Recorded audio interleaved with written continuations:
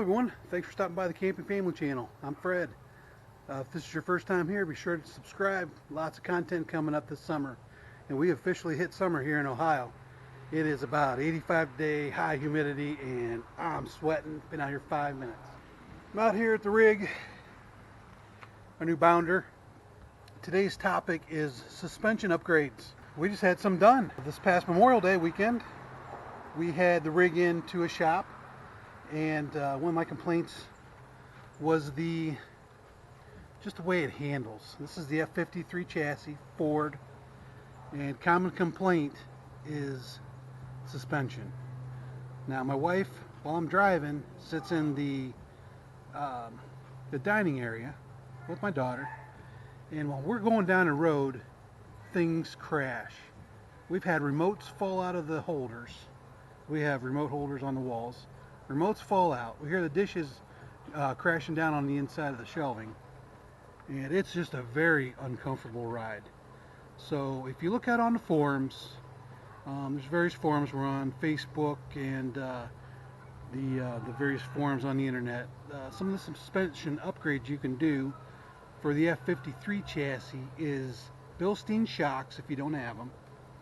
You can put on the steering stabilizer shock and something called Sumo Springs. So when looking to see what I had, we already had the Bilstein shocks on here. I know they came standard, I believe around, from what I've seen, 2008, 2009. So we already had Bilstein shocks on here. So that being said, the next thing up would have been Sumo Springs. And that's exactly what we did this last weekend. So let's go underneath, take a look and see what they are. Now right now I've got it leveled. So the front wheels, my driveway here is, when we had the concrete poured, it goes from left to right. The gentleman that did our concrete did that specifically knowing that we wanted water away from the house. So the right side of the rig is always going to be a little further off the ground. So let's go underneath and see these Sumo Springs. I just wanted you to know that there isn't going to be any tension on these wheels. So if we look underneath, here's the new springs. Let me get under here. Right there's our front spring. They're two pieces, which is interesting. So when there's no tension on them, they come apart. Here's the other here. And you can see the Bilstein shocks behind there, which are the yellow shocks. Now, I probably could have done the front myself. These are simple bolts on.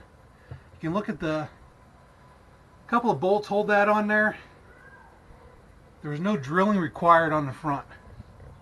I almost thought about doing it myself. My wife was like, nope, if we're going to have somebody do the rears, I'd rather just have it professionally done. That way everything's under warranty.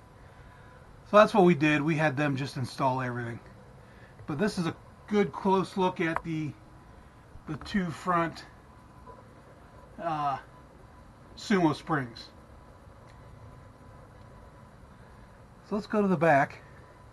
How's that? So there's a look at the other Sumo Spring. Close-up view. Here's a better view.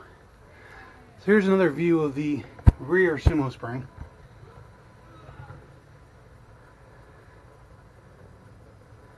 There is some drilling involved with the rears. You had to drill into the frame to get those attached. But I guess it's not too bad. There's the holes right there they had to drill.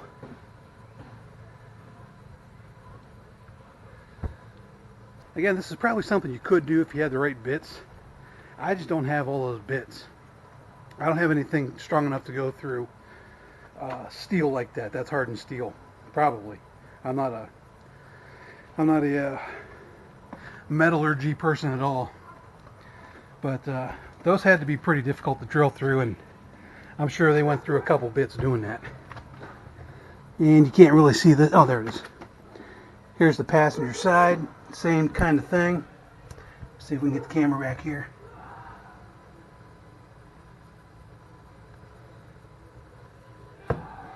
There's a good view of the passenger side. Alright, so here's the results. If you're trying to get your F-53 chassis to feel like a diesel with airbags, you're going to be disappointed. It's not even close to an airbag. But what it is going to do is it's going to make those bumps so they're not totally intolerable. The roads here in northeastern Ohio are terrible. I know down south it's not as bad. I know when I travel, I always say that the roads are nicer down there, and it's just because of all the salt we use on the roads up here. So it is not going to fix crappy roads, but it's going to make them much more pleasant for your people in the back. And I noticed driving that it took away a lot of the sway. So when you're driving this thing, when you make a turn, you definitely feel that sway, almost to the point where you go out of your seat.